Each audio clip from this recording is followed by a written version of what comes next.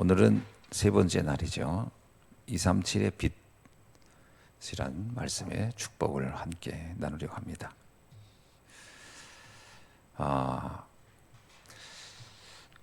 하나님의 모든 관심은 일단은 구원받은 하나님의 자녀들이겠죠. 구원받기로 작정된 자에 대한 하나님의 구원의 은혜가 가장 먼저 관심이라면, 두 번째 관심은 237의 축복을 보는 사람들일 것입니다. 하나님의 제일 관심이 바로 여기 있는 거죠.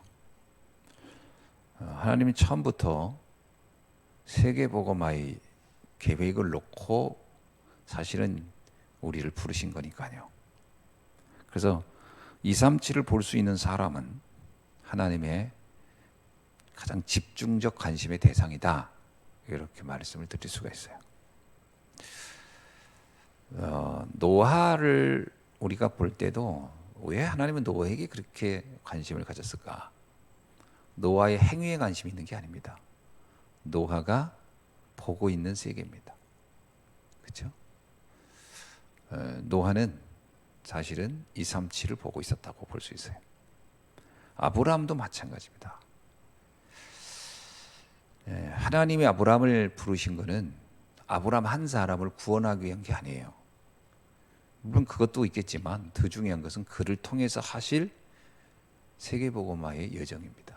그래서 하나님은 아브라함에게 계속 관심을 집중하는 겁니다. 아브라함이 실수해도, 아브라함이 뭘 잘못해도 아브라함을 포기하지 않는 이유는 그가 237을 보고 있었기 때문입니다. 그 사람이 필요한 거예요.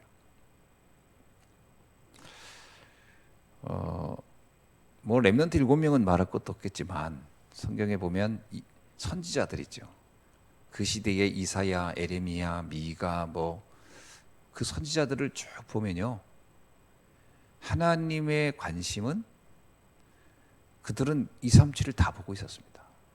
그때 당시에 이 사람들은 그걸 보니까 그걸 못 본 사람들이 오해한 거예요. 아니, 넌 왜 바빌론 파냐? 너는 왜 아수르를 지지하냐? 이렇게 오해한 거예요. 그게 아닙니다. 이들은 바벨론이 결국은 나중에 망할 거다 그런 얘기를 해요. 그러니까 바벨론을 막 따르라 이런 말을 한 적이 있거든요. 에레미야 같은 경우도. 그러면 그게 바벨론이 좋아서 그러냐? 그게 아닙니다. 이스라엘 백성을 통해서 세계 복음화하려는 하나님의 계획에 대하여 사실 알려주는 거예요.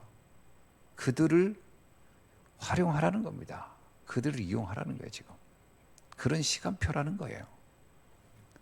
바울이 로마가 이뻐서 로마를 살려러 간다 그랬습니까? 로마가 이스라엘한테 한 행위가 있는데, 아닙니다. 로마가 그 시대에 세계복음화하는 거점이기 때문에 그런 겁니다. 그걸 본 거예요. 그러니까 이걸 이해 못하는 사람은 민족주의적 감정만 가지고 반역자라는 둥, 이런 오해를 하는 거예요. 237을 보는 사람과 보지 못하는 사람. 지금도 마찬가지입니다. 북한을 놓고 우리가 만약에 북한을 도와야 된다, 만약에 이른다, 이게 237을 놓고 하는 것과 정치적인 개념을 가지고 하는 것과는 다르겠죠. 그러면 이거를 이해 못하는 사람은요, 네가 너도 좌파냐? 이렇게 또 오해할 수도 있겠죠. 그건 아니거든요. 237을 볼 수 있느냐 하는 겁니다. 그 시대에 그 눈을 보고 있지 못한 사람은 오해하는 겁니다. 그걸 본 사람들은. 자, 그래서 요나 같은 경우는요, 사실은 굉장히 그 시대에 복음이 시급했고 빨리가 전해야 된다라고 할 때, 하나님은 아수르라는 나라가 이스라엘에게 어떤 가해를 했느냐 안 했느냐, 이게 중심이 아닙니다. 하나님은 어떻게든 전 세계가 복음화 돼야 된다는 게 하나님의 관심이에요.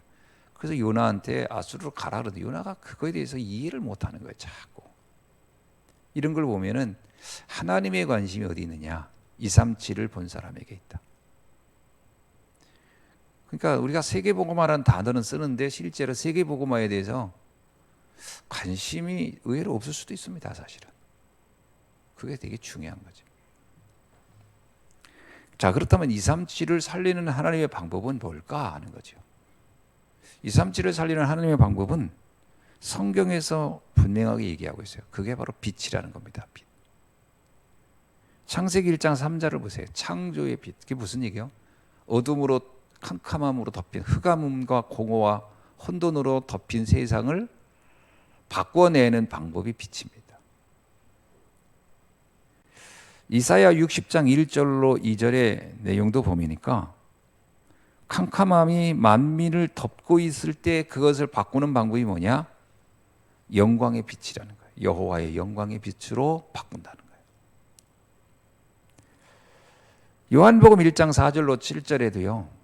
이 세상에 참 빛이 왔다.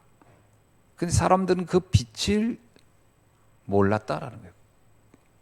그러니까 예수님의 사역을 이해를 못해요, 사람들이.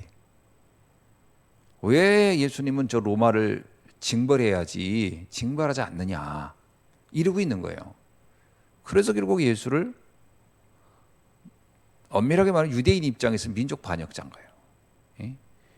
아니 나라의 위기가 이런데 그거에 대한 관심 하나 없고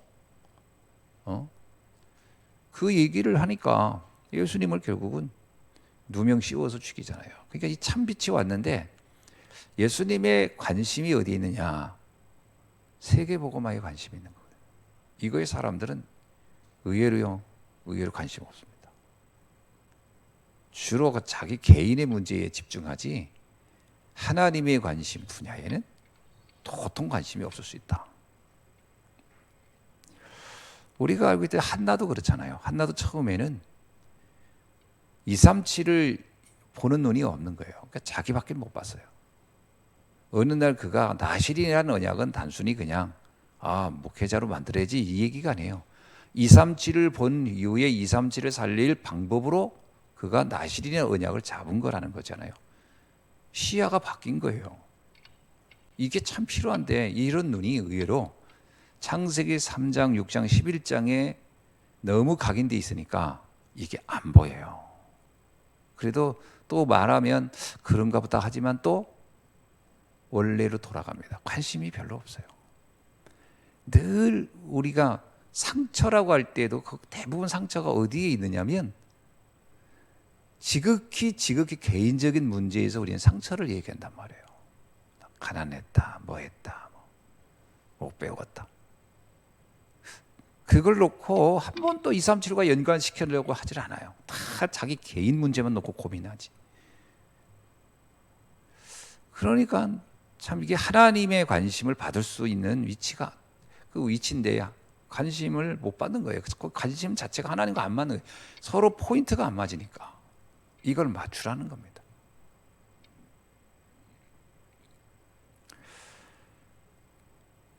마태복음 5장 13절로 16절에도 그러잖아요. 너희는 세상의 빛이다. 너희는 가정의 빛이다 안 해요. 세상의 빛이라는 거예요. 세상이란 말 자체가 뭡니까? 237을 염두에 둔 거잖아요. 너희는 세상의 빛이야. 너희는 세상을 바라봐야 돼. 근데 그 빛이 그 기능을 못하면 어떡해? 사람들한테 모욕당할 거야. 세상의 빛이 돼야 된다. 베드로전서 2장 9절도 그렇잖아요. 너를 캄캄한 데서 끄집어냈다 이거예요. 그죠? 오늘 본문에 나오잖아요. 너는 너희를 어두운 데서 불러내었다 이거예요. 그런데 이 빛을 전 세계에 전하는 사람으로 세우려 한다. 그래서 우리 자신이 사실 우리가 다락방을 만나기 전에 신앙생활을 생각하면 더 끔찍해요. 정말 개인의 복 외에는 관심이 없어요. 그나마 우리 세계복음화의 언약을 가진 전도자를 만나면서 우리가 조금씩 계속 그 말을 들으니까 그렇구나 하고 있잖아요. 그 이전만 해도 진짜 관심 없었을 거란 말이에요. 철저하게 딱 이렇게 딱 그 무슨 우물한 개구리라고 해야 되나요? 딱 그 세계 안에서만 머물러 있는 거예요. 그러니까 무슨 생각이 다 거기에 세팅되어 있다는 거죠. 이거 의외로 잘 안 깨지는 거거든요.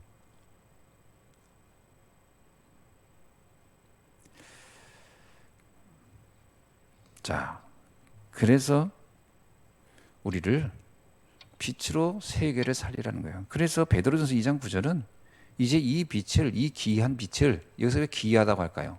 이건 이런 전구불, 태양 이런 빛이 아니고 어둠을 몰아내는, 흑암을 몰아내는 빛이니까 기이한 빛이라는 표현을 쓴 거거든요. 이 빛을 전하기 위하여 내가 너를 불렀다. 왜냐하면 어두움에 237은요 지금 다 어둠에 잡혀 있습니다.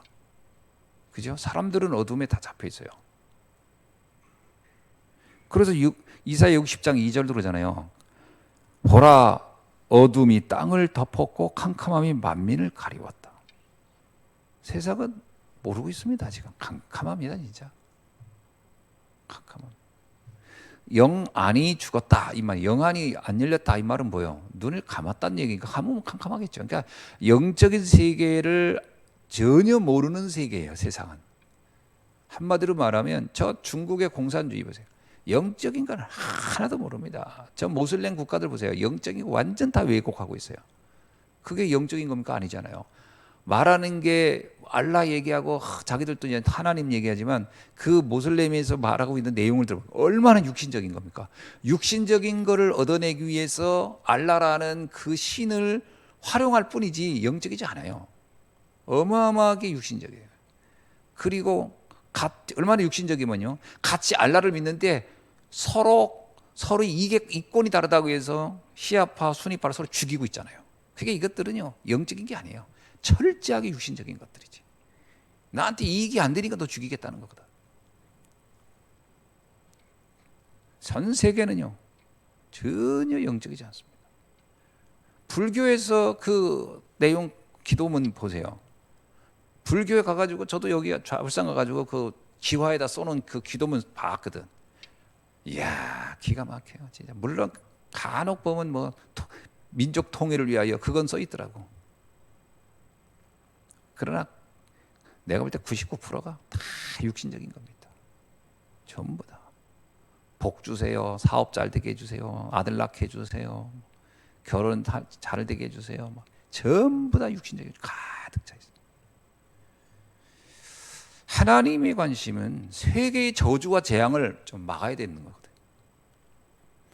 그 속의 개인은요 진짜 파리 목숨처럼 너무 비참한 거예요. 그러니까 이제 강한 자를 결박하지 않고야 어떻게 그 안에 세간을 지킬 수 있겠냐 이 말이잖아요. 강한 자를 무너뜨려야 돼요. 이 어둠을 붙잡고 있는 이 세상 임금을 결박시켜야 돼요. 이것을 폭로하고 이것을 막아야 되는 일이 하나님의 관심이에요. 어느 정도 강합니까? 하늘에서 하나님과 전쟁을 일으킬 정도로 강한 자예요. 그 자를 결박하지 않고는 이 땅에 참 평화가 임할 수가 없다. 생각해 보세요. 세계 전쟁이 일어나니까 어떻게 돼요? 거기에 개입되어 있는 국민은요 파리 목숨이에요. 그냥 죽는 일이 장난이 아니잖아요. 전쟁 영화 보면 비참하잖아요. 그냥 죽는 일이 그냥 몰살 당하듯이 죽잖아요. 포탄 떨어져 보세요. 저기 일본에 그 원자탄 떨어졌을 때 보세요. 그냥 몰살하는 거예요, 몰살. 그래서 하나님은 말하는 거예요. 어떤 한 개인이 잘 먹고 잘 사는 게 중요한 게 아니고 세계가 이 저주로부터 빠져나와야 한다. 그래서 237을 보라는 거예요. 이걸 보는 사람이 필요하다는 거예요, 자꾸. 그러니까 우리 랩런트들 그렇습니다. 내가 공부하는 이유 거기에 방향을 두고 가야 되거든. 내가 사업하는 이유 거기다 방향 두고 가야 돼. 그런데 그렇게 생각하지 않아요, 사람들. 모든 게 나 개인 가정. 그리고 대부분은 자기 상처에 의해서 그런 걸 언약으로 잡는단 말이에요. 그 언약도 아니에요. 그 한이지, 한. 돈 왜 잡으려고? 돈 왜 벌려고? 다 그 돈. 내가 가난하게 살아서요. 다 그 한이 거기서 있는 것이지 이게 언약적 한으로 전혀 발전돼 있지가 않단 말이에요. 그렇죠? 그러니까 이게 참 하나님 입장에서는 깝깝한 일인 거예요. 이게 굉장히 강력합니다. 이게. 누가복음 1장 79절에 뭐라고 하냐? 어둠과 죽음의 그늘에 앉아 있는 자에게. 이 땅의 모든 사람은 어둠과 죽음의 그늘에 앉아 있었다는 거예요. 에베소서 5장 8절은 뭐냐면 너희는 전에는 어둠이었더니 인생에 답 없이 살았던 너희들 아니었냐.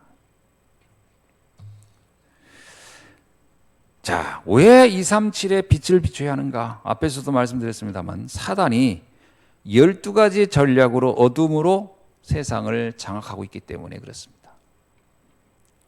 창세기 3장, 6장, 11장은 어둠의 내용이에요. 어둠의 내용. 사도행전 13장, 16장, 18장은 어둠의 방법이에요. 그죠? 문화를 가지고.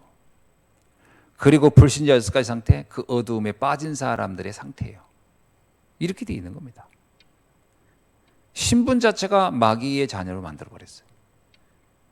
그러니까 본인이 향방 없는 인생을 사는 거예요. 마귀의 자녀가 뭐냐면요, 막 칼 들고 살인하고 돌아다니고 이걸 말하는 게 아니고, 물론 그것도 마귀 새끼라고 할 수 있겠지만 더 중요한 거는 인생이 향방 없이 사는 거예요 지금. 그죠? 뭐 칼 들고 사람 죽이러 다니는 사람이 몇 명이나 되겠어요. 문제는 향방 없이 살다 가는 거예요. 그러니까 나중에 인생이 대부분이 뭐냐면 후회하는 거예요. 인생의 마감할 때 전부 다 후회. 그러니까 사단은 인생을 후회하게 만들어요. 헛된 인생 살다 갔구나 내가 무모하게 무의미한 인생 열심히 살다가 왔구나, 그렇게 만들어버린다. 그래서 세월을 아끼라는 거예요. 세월을 완벽하게 낭비시키게 만든다.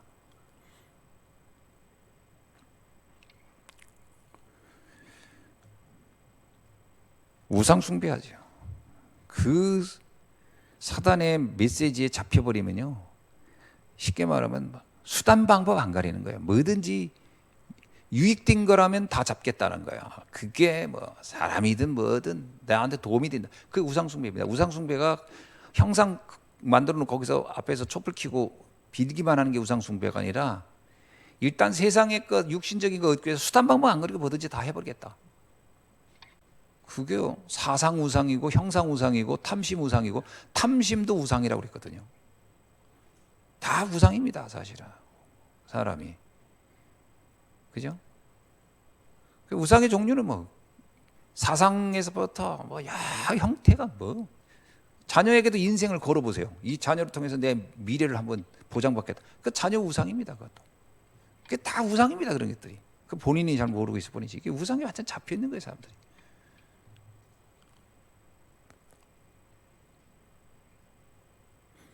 뭐 정신 문제 올 수밖에 없죠. 그 욕망이 멈춰지지가 않잖아요. 그 욕망이라는 것은 이게 한계가 없는 거기 때문에, 그 욕망에 빠져버리면 정신 문제가 안 올 수가 없어요. 사람들이 겪는 수많은 스트레스는요, 욕망의 한계가 멈추지 않은 데서 오는 문제일 겁니다. 그렇죠? 끊임없이 누군가를 보고 부러워하고, 그렇잖아요. 부러워하는 거예요. 근데 성경에 나와 있는 그 수많은 선지자들을 보면요, 자기보다 형편이 좀 낫다고 해서 그 사람 보고 막 부럽고 막, 그러면 이미 선지자 역할을 못 하는 거예요. 그게 선지자도 아닌 거예요. 그냥 일개 그냥 필부에 불과해요. 그러나 그 사람들은 그런 거 관심 없습니다. 누가 어떻게 사냐, 뭐 왕자가 되냐, 왕이 되냐, 공주가 되냐, 아무 상관없어요. 그죠? 지금 내게 맡기진 하나님께 미션 놓고 난 살아가냐. 모세도 뭐 자기가 바로 궁궐에 있을 때 얼마나 화려한 거 많이 봤겠어요. 그거 관심 없는 거예요 사실은. 딱 언약이 딱 이해되면 그거 관심이 없어요. 그죠? 설사 한 끼를 먹어도 상관없는 거예요. 아니 굶어도 상관없다. 심지어는 내 사자의 밥이 되더라 상관없고, 불에 타 죽어도 난 상관없어요. 이게 선지자들이었어요. 그게 뭐 우리가 알고 있는 다니엘 이런 사람들 다 그래요. 세계를 본 사람들. 의외로요, 이게 이 언약으로 딱 결론 내면 그러면 다 타 죽는단 말입니까? 뭐 사자 밥 됩니까? 이 얘기가 아니라요, 어떤 것에도 구애받지 않는, 어떤 것에도 막 열등감에 무슨 뭐 비교의식에 이르지 않는 자유함이 있는 겁니다. 그 참 정신 문제 계속 옵니다. 정신 문제가 뭐 달래 정신 문제입니까? 계속 스트레스 받는 게 정신 문제고, 계속 쫓기는 게 정신 문제고, 계속 우울한 게 정신 문제고, 계속 뭔가 자기 자신에 대해 비하하고 열등감 속에서 하는 게 정신 문제 아닙니까? 정신 문제는 뭐 광범위하잖아요. 누가 무슨 말 한마디 해도 그거 가지고 상처받는 거 가만히 생각해 보세요. 전에 유 목사님 그랬잖아요. 내가 행복하고 내가 이미 다 소유했다 그러면 누가 뭔 말해도 아무 말 없다. 전에 그 얘기했잖아요. 자기 본인은 호주머니 돈이 많아가지고 식당 가가지고서 뭐 이렇게 허름하게 옷 입고서 중국집 갔는데 그 아가씨가 자기를 위아래 훑어보면서 뭘 시키려고 하냐고 막 이러는데 자기 상처 하나 안 받는다잖아요. 왜? 이유는 뭐냐? 나는 언제든지 사 먹을 돈이 있으니까 그 얘기를 했어요. 그 얘기는 돈 많으면 상처 안 받는다 이 말 하려는 게 아니에요. 뭔가 내가 세상 사람들이 모르는 강력한 뭔가를 가지고 있으면 아무 문제 없다는 거예요. 누가 뭔 말했을까요? 모욕이라고 느끼지 않고 상처로 느끼지 않는다는 말이에요. 이게 정신 문제 거기서 빠져나오는 거거든요. 정신 문제는요. 엄밀하게 말하면 심적으로 보면 자존감 낮은 사람이 받는 거잖아요. 근데 복음 안에서 내가 세계복음화의 언약이 최고의 것을 붙잡고 있다라는 게 결론 내보세요. 뭐 정신 문제가 뭡니까? 뭐 우울하고 뭐 열등감 느끼고 뭐 난 솔직히 이런 관점에서 보면은 성도님들 맨날 그 뭐 업다운 된다고 하는데 그 전부 다 그게요. 업다운이 왜 오는 거죠? 욕망이라는 그 어떤 부분이 정리가 안 된 거예요. 그게 완벽히 정리가 돼야 됩니다. 아무 상관없어야 돼요, 그게. 순간순간 왜 욱하고 그럴까요? 세상은 끊임없이 우리에게 뭔가를 비교시키거든. 드라마를 봐도 그렇지, 뭘 봐도 그렇지. 비교시키잖아요. 나보다 더 나은 사람을 자꾸 보여주잖아요. 그게 굉장히 인생의 모델, 롤 모델인 것처럼. 근데 그 사람도 또 다른 자기의 또 롤 모델을 또 이상하게 또 잡아요. 그러니까 내가 볼 때 이 사람은 진짜 행복할 거야 하지만 그 사람 만나보면 그 사람도 행복하지 않아요. 그 사람 또 다른 롤 모델을 또 자기는 상상하고 있어요. 끊임없이 멈추지 않는 욕망의 그 전철을 타고 기차라고 하네요. 욕망의 기차를 타고 달려가고 있으니 멈추지 못하는 게 브레이크 없는 그 정신 문제 안 올 수 없어요. 모든 사람은 그래서 다 우울한 거예요. 그러더라 한국인들의 행복도가 굉장히 낮다고. 한국인의 행복도가 낮은 이유가요. 뭐요? 그것 때문에 빨리빨리 한지도 모르지만 굉장히 뭔가 막 끊임없이 도전하고 하는 이유가 뭐냐? 더 나은 세계, 더 나은 세계를 얻으려고. 그 결과물이 나라는 이렇게 좀 잘 살게 된 건지는 몰라요. 그런데 문제는 개인은 행복하지가 않은 거예요. 행복하지 않은 거예요. 이거는 진짜 비참한 거지. 정신 문제 옵니다. 이게 흑암이에요. 이게 어둠이고 여기에 사람이 다 덮여 있다는 거예요.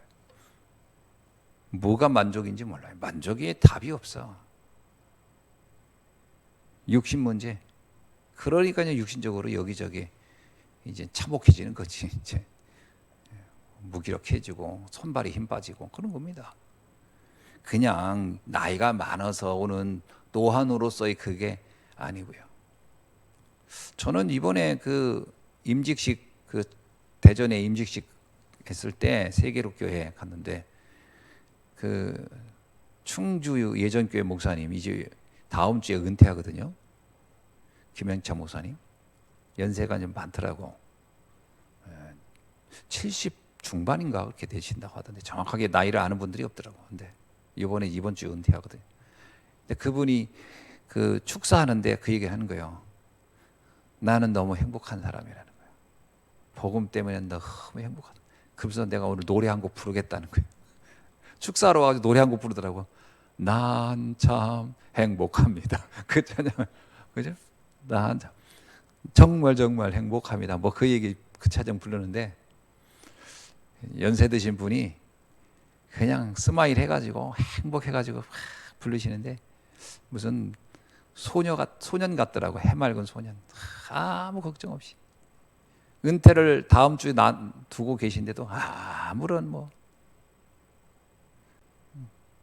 그런 분들이 뭐 정신 문제 오겠습니까? 육신 문제 오겠습니까? 그러니까 이 문제 답 안 내면요 사후 문제 당연히 오고요. 그리고 이러한 모습을 지켜보고 있는 후대, 늘 세상의 것을 놓고 비교하고 뭔가 부족하다고 하는 그 사람을 바라보고 자란 후대들도 똑같은 상태의 인생관을 갖게 되는 거죠. 나도 어떻게든지 돈 벌어야 된다. 나도 어떻게든지 성공해야 된다. 똑같은 인생관을 넘겨주고 가는 거예요. 그러니까 걔들도 똑같이 시달리다 가는 거예요. 이 어둠의 고리가 끊어져야 됩니다. 이 어둠의 고리를 우리는 못 끊어줄 수도 있어요. 그래서 빛을 비치라는 거예요. 그래서 성도들은 반드시 세 개의 나라에 대해서 알아야 됩니다. 어떤 나라입니까? 첫째는 세상의 나라예요. 세상 나라는 세상 신이 장악하고 있는 거예요. 그러니까 우리가 세상에 돌아가고 있는 것이 다 세상의 나름대로 질서 때문에 돌아가지만 그 배후에는 뉴에이지, 프리메이슨, 유대인 조직 같은 그들에 의해서 돌아가고 있잖아요. 또 하나는 사단의 나라입니다. 사단의 나라는 흑암 문화라는 것을 가지고 본격적으로 세상을 움직이고 있어요. 흑암 문화로. 세 번째, 하나님의 나라를 볼 수 있어요. 하나님의 나라는 어떤 나라냐? 성령께서 성령의 힘으로 귀신을 쫓아내면 하나님의 나라가 임하였느니라. 쉽게 말하면요, 막 귀신아 물러가라 이렇게 해서 귀신이 나간다기보다는 이 흑암의 존재를 알고 그 흑암의 존재를 명확하게 발견한 사람이란 뜻이죠. 그래서 요한복음 8장 12절 이렇게 얘기합니다. 예수께서 또 말씀하여 이르시되 나는 세상의 빛이니 나를 따르는 자는 어둠에 다니지 아니하고 생명의 빛을 얻으리라. 자, 그러니까 예수 그리스도 안에 이루어지는 세계입니다. 그게 하나님의 나라죠. 자, 이제 큰 두 번째는 뭐냐? 237의 빛을 비친 사람들, 대표적인 사람들이 아까도 말씀드렸지만 요셉 같은 사람들이요, 다윗 같은 사람, 다니엘의 세 친구, 바울 같은 사람. 이들은 어둠에 갇혀있던 사람들에게 답을 주는 사람들이에요. 성경에 나오는 렘넌트 일곱이 전부 다 그렇습니다. 어둠 속에 있는 사람 답을 줘요. 요셉 같은 경우는요, 바로 왕이 악몽에 계속 시달립니다. 악몽에 시달린다는 것 자체가 뭐예요? 어둠에 갇혀 있는 거예요. 거기에 답을 주죠. 다윗도 마찬가지죠. 사울 왕이 어둠에 갇혀 있는 거예요. 거기에 가서 악신을 쫓아내주고, 다니엘 세 친구 보세요. 다리오 왕에게 답을 줍니다. 바울도 마찬가지예요. 로마 가이사 앞에 서야 하리라. 세 번째는 237의 재앙을 막은 사람들. 어떻게 막았습니까? 모세가요, 세절기와 언약궤를 통해서 이 재앙을 막았습니다. 이게 바로 빛입니다. 세절기와 언약궤가 바로 빛이다. 사무엘은 미스바 운동을 통해서 나라의 재앙을 막았고, 이사야는 구루터기 운동을 통해서 속국된 나라의 재앙을 막습니다. 바울은 이스라엘의 멸망을 막습니다. 어떻게 해요? 사도행전 28장 23절에서 날마다 하나님 나라에 대해서 설명하고, 31절 그는 옥에 있을 때도 끊임없이 전도운동을 통해서 시대의 재앙을 막습니다. 자, 말씀을 맺습니다. 결론이 뭐냐? 237을 빛으로 살리려면 세 가지의 24 속에 들어가야 됩니다. 첫째는 뭐냐? 남은 자 기도의 24입니다. 남은 자의 기도 24. 문제 속에서 담낸 사람들의 24 기도입니다. 어둠이 뭐며 그 어둠을 몰아내는 답이 뭔지를 아는 거죠. 그죠? 그걸 알아야 됩니다. 그러니까 저는 전에 이제 복음 알고 나서 딱 저기 잠을 자는데 악몽에 이제 그 막 흑암이 나타나서 귀신이 나타나서 막 이럴 때 있었어요. 근데 옛날 같았으면 무서워서 막 도망가는 그런 꿈이었는데 그때는 그렇지 않더라고요. 복음을 아니까 예수 그리스도의 명하노니 더러운 귀신아 떠나갈지어다. 근데 꿈속에서도 그 외치게 되더라고요. 근데 그게 얼마나 당당하고 내가 행복한지. 왜? 이게요, 아무리 재앙이 와도 재앙을 막을 수 있는 방법이 있다는 것은 이건 굉장한 거거든요. 자동차가 130km, 140km, 160km 달려도 무섭지 않은 이유는 언제든지 제동할 수 있는 제동이 있다는 것에 대한 믿음이 있기 때문에 그런 거 아닙니까? 바로 브레이크를 밟으면 아무리 빠른 차도 바로 서잖아요. 마찬가지입니다. 이 아무리 어마어마한 그 흑암인 것 같아도 그거를 막아낼 수 있는 무기가 나에게 명확하게 있다. 굉장한 겁니다. 그걸 24 누리라는 거예요.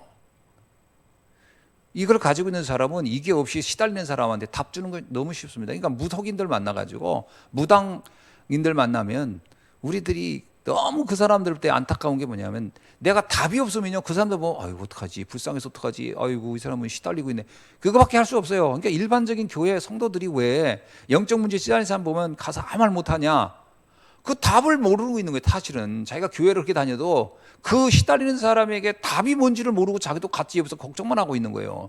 그래가지고 기독교인의 특징이 뭐냐 동정하는 건 줄 알아요. 황당한 거지. 무슨 신앙이 동정입니까? 근데 거의 많은 신앙인들이 어떻게 알고 있냐? 좋은 신앙을 가졌다 하면 좋은 아주 따뜻한 동정심 가진 사람이 좋은 신앙인 줄 알아요. 그건 바보인 거예요. 영적 바보.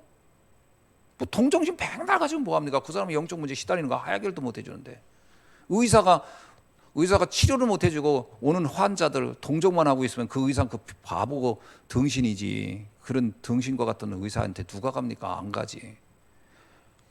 답을 줘야 돼요. 답을 다. 237의 빛이라는 얘기는 뭡니까? 이거를 답을 가지라는 거예요. 어떤 사람이 와도 답을 줄 수 있는 이걸 놓고 24하라는 거예요. 두 번째 순례자의 기도입니다. 남은 답을 주는데 본인은 행복하지가 않아. 이것도 보통 바보는 아닌 거죠. 내가 누려야 됩니다. 이 복음에 대한. 근데 참 웃기는 게 또 남한테는 또 복음 얘기하고 막 하면서 본인은 또 시달려요. 이것도 어찌 된 일입니까? 내가 그걸 누리고 있어. 그게 순례자의 기도입니다. 복음을 누리고 있어야지. 세 번째는 정복자의 기도입니다.